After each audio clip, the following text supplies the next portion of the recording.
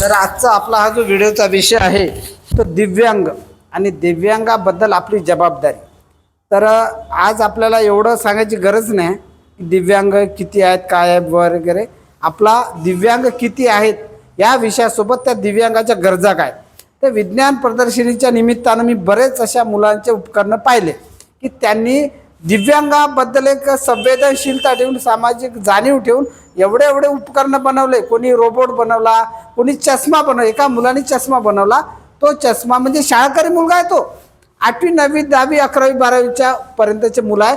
तर त्यात म्हणजे आता जे मी स्कूल ऑफ स्कॉलर मध्ये विदर्भस्तरीय जी विज्ञान प्रदर्शन तिथं गेलो, मी तिथे व्हिडिओ काढ। तर तिथं दोन म्हणजे वेगवेगळ्या शाळेच्या मुलांचा तो ग्रुप होता, त्यांनी चष्मा बनवला जो स्मार्ट गॉगल आपण त्याला म्हणू शकतो आणि तो खास अंध व्यक्तीसाठी आहे। आता अंध व्यक्ती म्हणजे दिव्यांग या प्रकारात मोडतात, तर त्यांना समाजाबद्दल म्हणजे समाजाची त्यांना सहानुभूती असायलाच पाहिजे। आपण जर शरीराने धडधाकट सर्व आहे तर आपलं कर्तव्य हे आहे की त्यांना मदत करा। ती मदत कुठल्या तरी प्रकार यंत्राच्या मदतीने त्या मुलांनी केलेली आहे। ती मदत म्हणजे अशी की त्या मुलांनी एक चष्मा बनवलेला आहे। चष्मा जसा आता पहा, चष्मा लावल्यानंतर अंध व्यक्ती त्यांना दिसत नाही, तो चष्मा लावल्यानंतर आता ते रस्त्यावर चालायला लागले। रस्त्यावर चालताना समजा एखादा खांब आला, एखादी भिंत आली किंवा एखादा पिल्लर आला किंवा एखादी सायकलच आली किंवा एखादं कोणीच आलं मान, तर ते ऑब्स्टॅकल ज्याला म्हणतो, ऑब्स्टॅकल म्हणजे अडथळा, तर त्या अडथळ्याची या चष्म्याच्या माध्यमातून त्या व्यक्तीला जाणीव होते। म्हणजे सेन्सर वाजतो, सेन्सर म्हणजे सेन्सर आणि बजर हे दोन आहे। तर ते वाजल्याबरोबर त्याला असं माहीत होते की इथं समोर काहीतरी अडथळा आहे। ती व्यक्ती नंतर बाजूने चालायला लागते किंवा पाहते इथं काय। तर पहा, त्या मुलांचं खूप कौतुक, म्हणजे जेवढं कौतुक करावं तेवढं चांगलं आहे। ते छोटे छोटे मुलं आहेत, पण आपल्या समाजामध्ये असे बरेच लोक दिसतात की मोठे आहे, म्हणजे त्यांच्याकडे सर्व आहे, पैसा आदला सर्व आहे, सर्व असताना समाजामध्ये काही सवलती मिळतात, म्हणजे दिव्यांग लोकांना तर वेगवेगळ्या सायकली मिळतात, अजून काय काय मिळतं।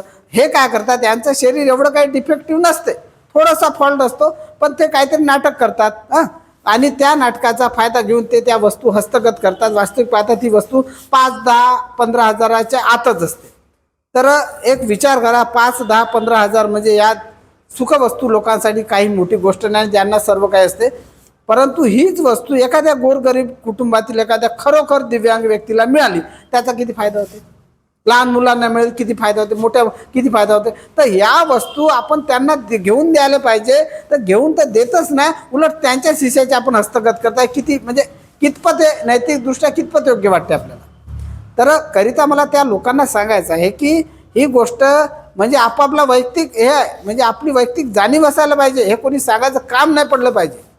म्हणून मला आपल्या सर्वांना एकच आवाहन करायचं आहे की त्यांना मदत करा। त्या मुलांनी यंत्राच्या माध्यमातून त्यांना मदत केली, तुमचं आमचं पण हे कर्तव्य आहे की त्यांना मदत करा। आपल्याकडे पाहिजे ते सर्व गोष्टी आहे, त्यांना मदत करा, ना की त्यांच्या वस्तू असतात हे। म्हणजे एखादा गोरगरीब मुलगा 2-4 मुलं 5-10 मुलं असे याच्यापासून वंचित राहत आहे ना, त्याच्यामुळे या वस्तू त्यांना द्या काही। आणि सहानुभूतीच्या नजरेनं फक्त पाहून त्यांचं पोट भरत नाही, तर त्यांना काहीतरी देणं गरजेचं आहे, त्यांना काहीतरी देणं गरजेचं आहे। ते देणं जास्तीत जास्त जर आपण गुप्त दान म्हणून जर करत असते अजून चांगलं आहे, कारण दान कधी सत्पात्री असावं, त्या दानाची त्याला सुद्धा कदर असावी, त्या दानापासून त्याला सुद्धा चांगला फायदा मिळावा, त्यांना चांगला उपयोग करावा।